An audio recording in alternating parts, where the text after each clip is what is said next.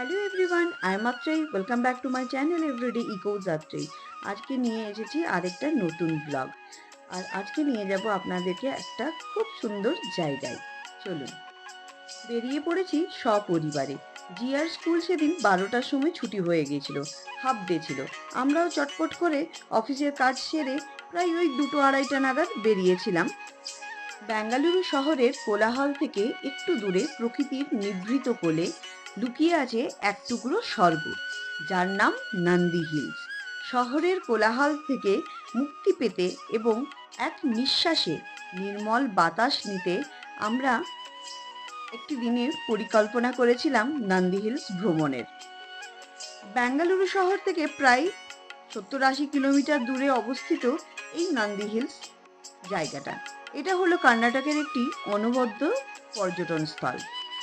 এই পাহাড়ি জায়গাটি তার শীতল আবহাওয়া, মনোরম দৃশ্য এবং প্রাচীন ঐতিহ্যের জন্য পরিচিত। এই ব্লগে আমি আপনাদের সাথে শেয়ার করব নন্দী হিলসে ভ্রমণের একটা সুন্দর অভিজ্ঞতা। আর রাস্তাটা ছিল ভীষণ সুন্দর। এটা ছিল স্যাটেলাইট রিং রোড।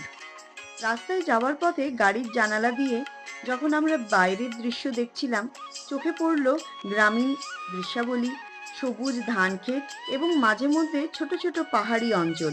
পথের ধারে ছিল বিভিন্ন ধরনের গাছপালা, যা যাত্রাপথকে আরো মনোরম করে তুলেছিল। এই দেখুন, সামনেই হচ্ছে নন্দী হিলস। আপনাদের সাথে গল্প করতে করতে আমরা একদম পৌঁছে গেলাম নন্দী হিলসের কাছে। আর রাস্তাটাও হচ্ছে কি যে এত সুন্দর ছিল যে কি বলবো। এই হচ্ছে কি যে নন্দী হিলসে যাওয়ার রাস্তা, আর এই হচ্ছে গেট। এই গেটটা সকালবেলা 6টা থেকে সন্ধ্যে 6টা পর্যন্ত খোলা থাকে। এরপরে আমরা উঠে যাচ্ছি পাহাড়ের মধ্যে দিয়ে। পাহাড়ের চূড়ায় পৌঁছাতে আমাদের প্রায় 1 ঘন্টা সময় লেগেছিল। উপরে উঠে মনটা একেবারে সতেজ হয়ে গিয়েছিল। চারিদিকে তাকিয়ে দেখলাম সবুজের সমারোহ, যেন মনে হচ্ছে বর্ষাকাল, বর্ষার আকাশ আর চারিদিকে সবুজ যেন আমাদেরকে স্বাগত জানাচ্ছে। একদিকে ছিল ঘন বন, আরেক দিকে ছিল মেঘে ঢাকা খোলা আকাশ। মেঘেরা যেন আমাদের চারিদিকে ঘিরে ধরেছিল। মনে হয়েছিল আকাশের নিচে এক টুকরো স্বর্গে এসে পৌঁছেছি। চারিদিকের মেঘ ঘুরে বেড়াচ্ছে। এই দৃশ্য একেবারেই অসাধারণ। আমরা মেঘের মাঝে হেঁটে চলেছি। মেঘের ছোঁয়া পেয়ে মনটা আরো ভালো হয়ে উঠল। বর্ষাকালে নন্দী হিলসের প্রাকৃতিক সৌন্দর্য আমাদের মুগ্ধ করেছিল। হাঁটতে হাঁটতে বা গাড়িতে যেতে যেতে আমরা দেখলাম বিভিন্ন ধরনের গাছপালা, ফুল এবং ছোট ছোট ঝর্ণা। বাতাসের মধ্যে ছিল এক ধরনের মিষ্টি গন্ধ, যা মনকে প্রশান্ত করেছিল। প্রকৃতির সাথে একাত্ম হয়ে আমরা যেন নিজেরাই নতুন করে বেঁচে উঠলাম। 40টার কাছাকাছি হেয়ারপিন বেন্স অতিক্রম করে আমরা পৌঁছে গেলাম নন্দী হিলসের গেটে। গেট থেকে সোজা গেলেই পার্কিং, বিশাল বড় পার্কিং। এখন তার উপরে যেতে দেয় না, এখানে পার্ক করতে হয়। আর এটা হচ্ছে টিকিট কাউন্টার। টোটাল বিল হয়েছিল পার্কিং আর টিকিট কাউন্টার মিলে 100 টাকা মাত্র।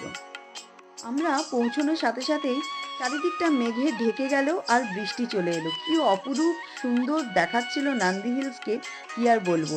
চারিদিকে মেঘে আচ্ছন্ন, একদম নিজের নাকের ডগায় মেঘগুলো ছুঁয়ে চলে যাচ্ছিল। ভীষণ সুন্দর লাগছিল।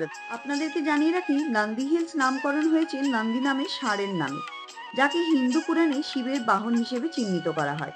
এখানে রয়েছে নন্দী মন্দির, যা পর্যটকদের কাছে অত্যন্ত জনপ্রিয়। এই মন্দিরটি প্রায় 1300 বছরের পুরনো এবং এখানকার প্রধান আকর্ষণগুলোর মধ্যে কিন্তু একটি।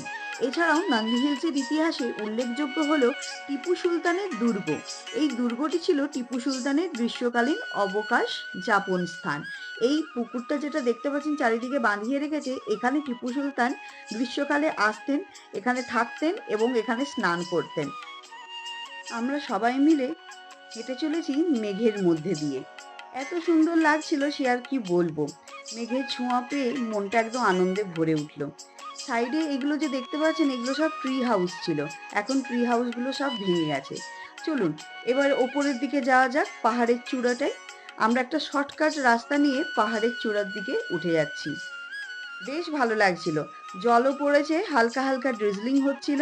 আর তার সাথে হচ্ছে কি যে চারিদিকে সবুজের রংটা এত ভাইব্রেন্ট লাগছিল যে কি বলবো। বৃষ্টি পড়ার জন্য নন্দী হিলসে বেশ ভালো হাওয়া চলছিল আর ঠান্ডাও ছিল, প্রায় 17-18 ডিগ্রি হবে। আর ওপর থেকে নিচটা দেখতে কি সুন্দর লাগছে দেখুন, অপূর্ব। আর চারিদিকে একদম মেঘ ভেসে চলেছে, দৃশ্যটা কিন্তু অসাধারণ ছিল। চোখ ফেরাতে পারছিলাম না পাহাড়ের এই সৌন্দর্যতা দেখে। বারবার যেন মনে হচ্ছিল ব্যাঙ্গালোরের থেকে বোধহয় বাইরে কোথাও এসে এই পাহাড়ের অনুভূতি অনুভব করছি। বারবার আসি আর এই বড় পাথরটার ওপর উঠে এইভাবে ফটো তুলে যাই। দুজনে মিলে হাত ধরে চললাম একটু নিচের দিকে। আরো সুন্দর হচ্ছে কি যে প্রকৃতির রূপ দেখবার জন্য। শহরের কোলাহল থেকে একটু দূরে আর প্রকৃতির নিভৃত কোলে। কি সুন্দর না, অপূর্ব। শহরের এই কোলাহল থেকে মুক্তি পেতে এবং এক নিঃশ্বাসে নির্মল বাতাস নিতে আমরা পৌঁছে গেছিলাম এখানে। আর এত সুন্দর বর্ষাকালের দৃশ্য দেখতে পাবো এটা কোনোদিন ভাবিনি। বৃষ্টি তখন বন্ধ হয়ে গেছিল আর আকাশটা হয়ে উঠেছিল নীলাভ, কখনো হচ্ছে কি যে হলুদ আর কমলা রঙে যুক্ত।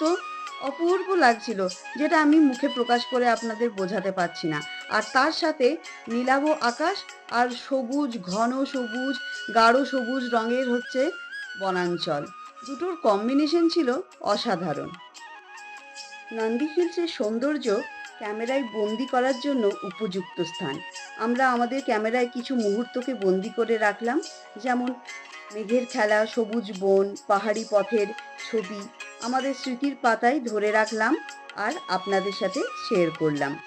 যারা প্রকৃতিপ্রেমী এবং একটু সময় প্রকৃতির কোলে কাটাতে চান তাদের জন্য নন্দী হিলস হলো একটি আদর্শ স্থান।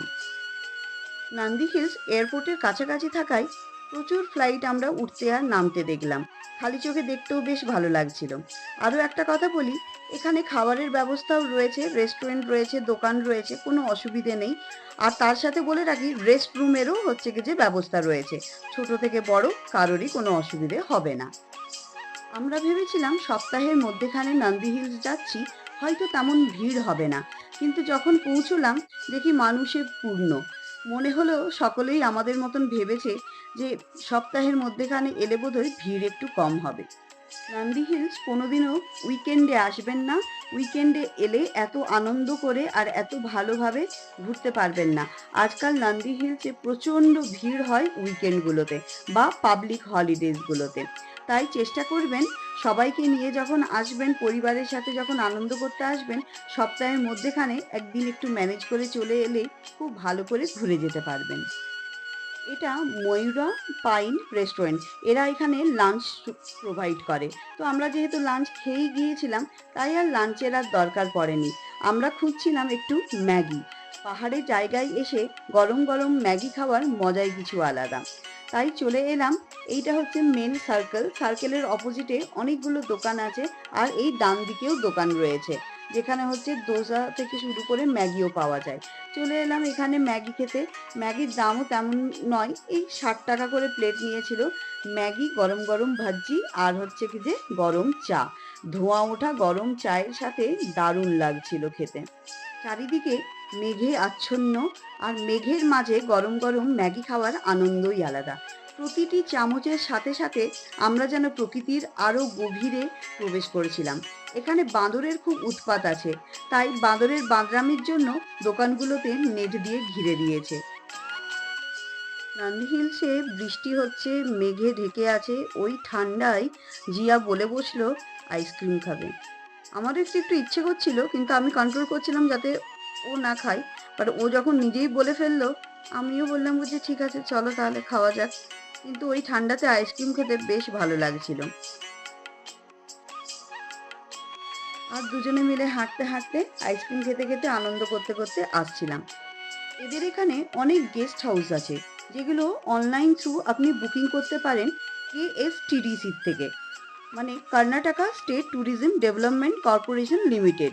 1971 সালে এগুলো কোম্পানি হচ্ছে কর্ণাটকা গভর্নমেন্টকে দিয়ে দিয়েছিল এবং কর্ণাটকা গভর্নমেন্ট এগুলো ট্যুরিজম হিসেবে হচ্ছে প্রমোট করে।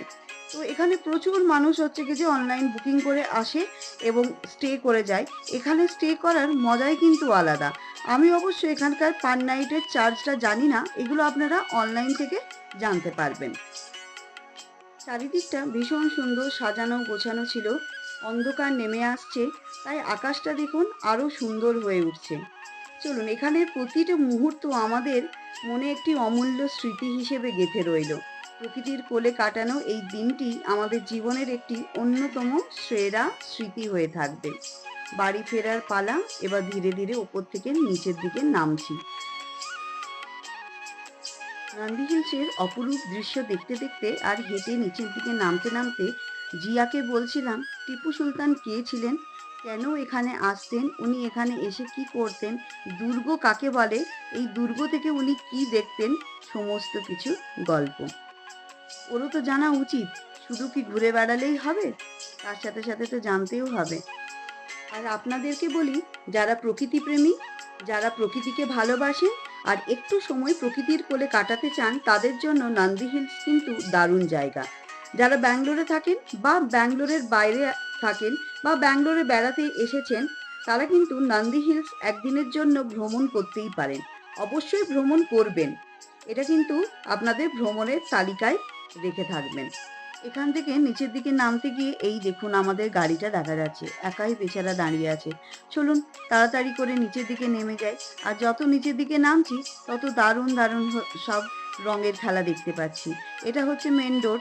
ডোরটা থেকে বেরিয়ে গিয়ে এই যে জিয়াকে দেখালাম, দুদিকে দুটো কামান আছে। কামান কেন থাকে আর এই দুর্গে কামান কেন রাখা হতো, তার কি কাজ থাকতো, সেগুলো সমস্ত কিছু হচ্ছে কি যে ওকে বলেছি। এখানে আমরা কিছু ফটো নিয়েছিলাম, সেই ফটোগুলো আপনাদের সাথে শেয়ার করলাম। আর যত নিচের দিকে নেমে যাচ্ছিলাম, মেঘটা তত সরে যাচ্ছিল আর আকাশে রঙিন রং চারিদিকে একদম ছড়িয়ে পড়েছিল। নীলাভ আকাশ, কখনো কমলা, কখনো হলুদ, আর সেই সবুজের সাথে এত সুন্দর রং মিশে যাচ্ছিল, একদম রং মিলন্তি যাকে বলে। খুব ভালো লাগছিল। চলুন এরপরে হচ্ছে ধীরে ধীরে প্রকৃতিকে দেখতে দেখতে আর প্রকৃতির আনন্দ নিতে নিতে নিচের দিকে নেমে আসি। আজকের দিনটা সত্যি দারুণ কাটালাম। নিচের দিকে নেমে আসতেই এখানে ভুট্টা বিক্রি করছিল। বেশ ভালো লাগছিল না? এই পাহাড়ি জায়গায় বেশ হচ্ছে কি যে কাঠ দিয়ে ভুট্টা পোড়ানো, দেখেও ভাল লাগলো। আমি নিলাম ভুট্টা আর তার সাথে হচ্ছে কি যে নিয়েছিলাম ড্রাগন ফ্রুটস আর গ্রেপস। এখানে ড্রাগন ফ্রুটস আর এই আঙুরগুলোর দাম অনেক কম বাজারের তুলনায়। ১০০ টাকা মাত্র কেজি। অ্যাকচুয়ালি এগুলো নন্দী হিলসে চাষ হয়। ড্রাগন ফ্রুটসের চাষ, ভুট্টার চাষ হয় বলেই এগুলো এত কম দামে এখানে দিতে পারে। এই দেখুন, নন্দী হিলসের ওপরে শিব মন্দিরটার লাইটটা দেখা যাচ্ছে নিচের থেকে। দেখে কি সুন্দর লাগছে না? রাতের নন্দী হিলসকেও কিন্তু দেখতে ভীষণ সুন্দর লাগে। চলুন এবার বাড়ি ফিরতে হবে। আজকের ব্লগটা এখানেই শেষ করছি। যদি এই ব্লগটা ভালো লেগে থাকে তাহলে লাইক, শেয়ার, সাবস্ক্রাইব আর অবশ্যই কমেন্ট করবেন। যারা আমার এই ব্লগে নতুন তারা কিন্তু অবশ্যই সাবস্ক্রাইব করবেন, কমেন্ট করতেও ভুলবেন না।